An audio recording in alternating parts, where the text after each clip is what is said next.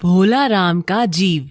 वर्तमान समय में सरकारी तंत्र में भ्रष्टाचार का बोलबाला है।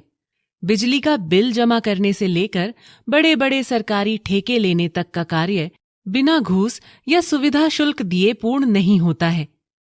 इस व्यंग्य कथा में लेखक ने आकंठ भ्रष्टाचार में डूबे एक पेंशन दफ्तर के बाबुओं और अधिकारियों द्वारा त्रस्त एक सेवानिवृत्त सरकारी कर्मचारी की व्यथा प्रस्तुत की है। जो व्यक्ति अपनी सोच नहीं बदल सकता वह कुछ भी नहीं बदल सकता। George Bernard Shaw. 1. ऐसा कभी नहीं हुआ था। धर्मराज लाखों वर्षों से असंख्य आदमियों को कर्म और सिफारिश के आधार पर स्वर्ग या नर्क में निवास स्थान अलाट करते आ रहे थे, पर ऐसा कभी नहीं हुआ था। सामने बैठे चित्रगुप्त बार बार चश्मा पोंछ, बार बार थूक से पन्ने पलट रजिस्टर देख रहे थे। गलती पकड़ में नहीं आ रही थी।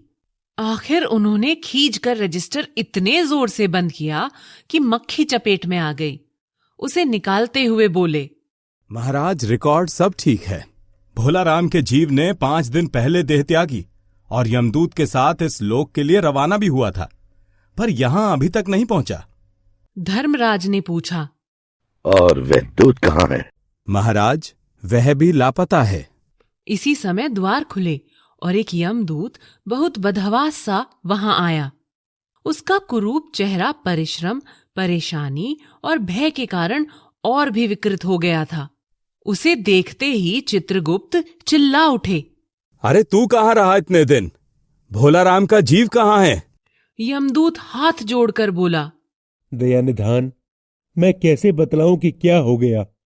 आज तक मैंने धोखा नहीं खाया था, पर इस बार भोला राम का जीव मुझे चकमा दे गया।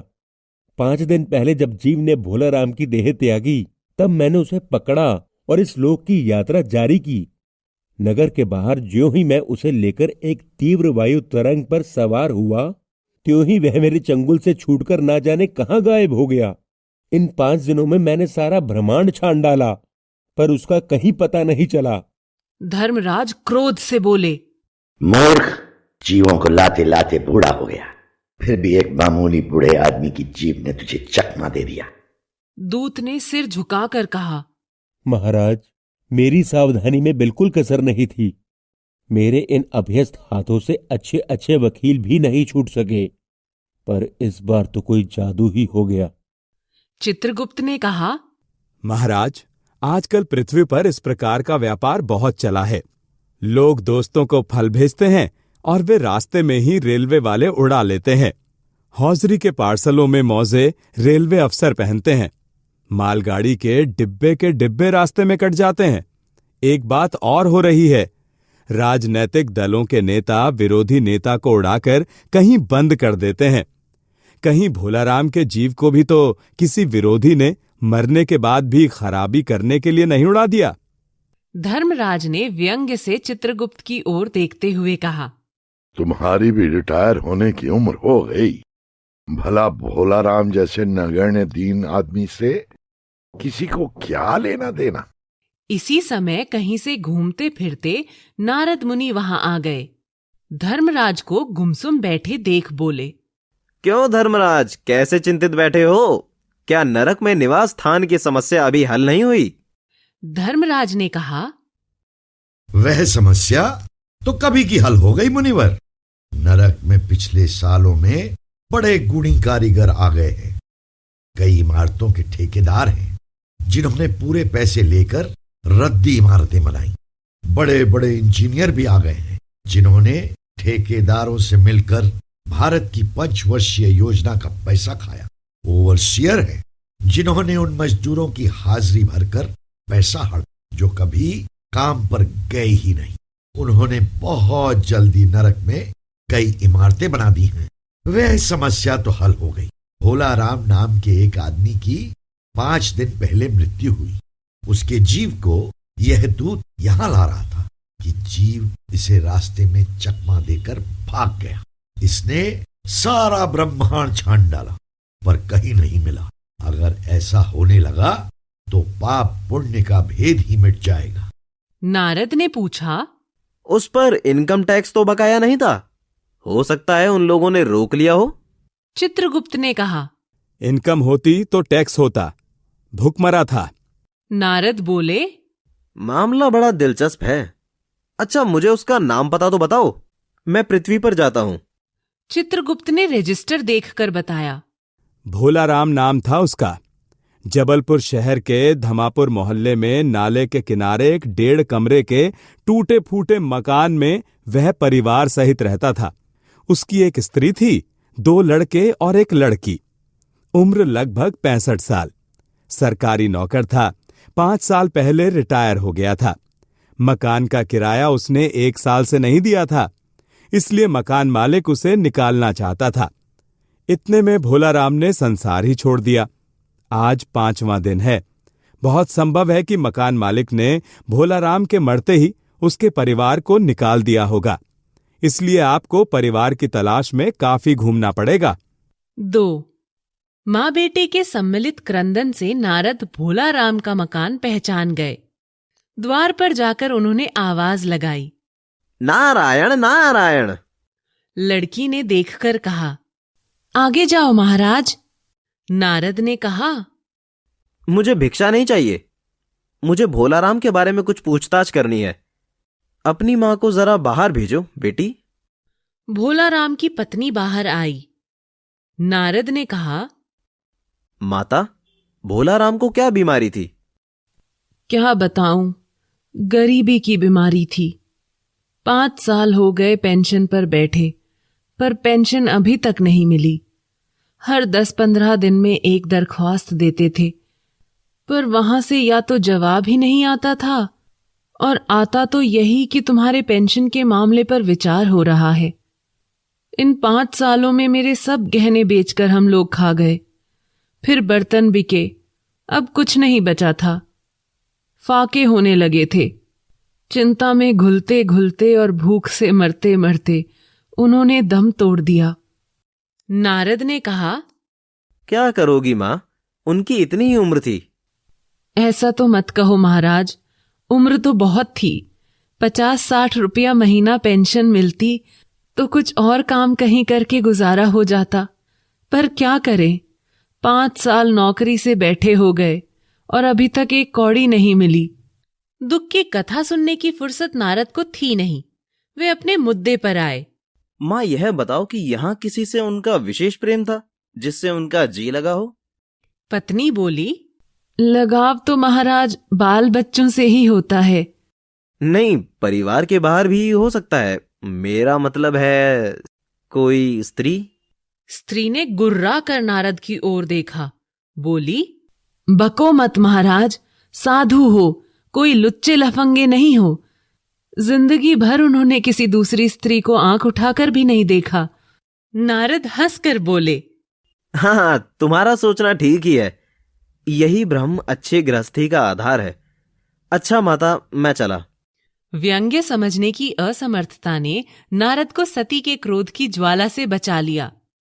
स्त्री ने कहा, महाराज, आप तो साधु हैं, सिद्ध पुरुष हैं, कुछ ऐसा नहीं कर सकते कि उनकी रुकी हुई पेंशन मिल जाए? इन बच्चों का पेट कुछ दिन भर जाएगा। नारद को दया आ गई थी। वह कहने लगे, साधुओं की बात कौन मानता है? मेरा यहां कोई मठ तो है नहीं, फिर भी मैं सरकारी दफ्तर जाऊंगा और कोशिश करूंगा।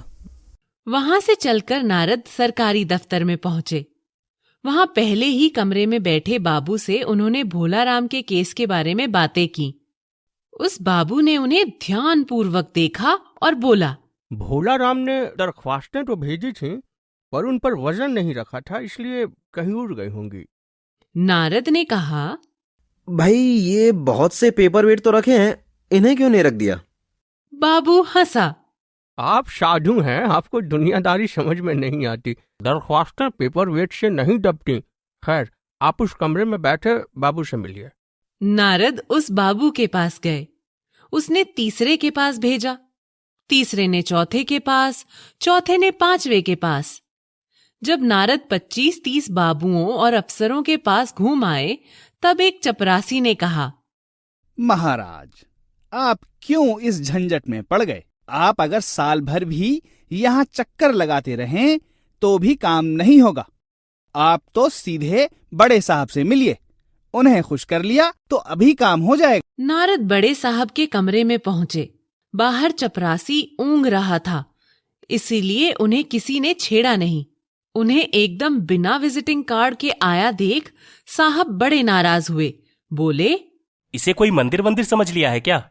धड़धड़ाते हुए चले आए, चिट क्यों नहीं भेजी? नारद ने कहा, कैसे भेजता, चपरासी तो सो रहा है। क्या काम है? साहब ने रौब से पूछा। नारद ने भोलाराम का पेंशन केस बतलाया। साहब बोले, आप हैं वैरागी, दफ्तरों के रीति रिवाज नहीं जानते। असल में भोलाराम ने गलती की। भाई, यह भी एक मंदिर है, यहां भी दान पुण्य करना पड़ता है, भेंट चढ़ानी पड़ती है। आप भोलाराम के आत्मीय मालूम होते हैं। भोलाराम की दरख्वास्तें उड़ रही हैं, उन पर वजन रखिए। नारद ने सोचा कि फिर यहां वजन की समस्या खड़ी हो गई। साहब बोले, भाई, सरकारी पैसे का मामला है। पेंशन का केस 20 दफ्तरों में जाता है, देर लग जाती है। हजारों बार एक ही बात को 1000 जगह लिखना पड़ता है, तब पक्की होती है। हाँ, जल्दी हो सकती है, मगर। साहब रुके। नारद ने कहा, मगर क्या? साहब ने कुटिल मुस्कान के साथ कहा, मगर वजन चाहिए। आप समझे नहीं। जैसे आपकी ये सुंदर वीणा है, इसका भी वजन भोलाराम की दरखास्त पर रखा जा सकता है। मेरी लड़की गाना बजाना सीखती है, ये मैं उसे दे दूंगा। साधुओं की वीणा तो बड़ी पवित्र होती है। लड़की जल्दी संगीत सीख गई तो उसकी शादी हो जाएगी।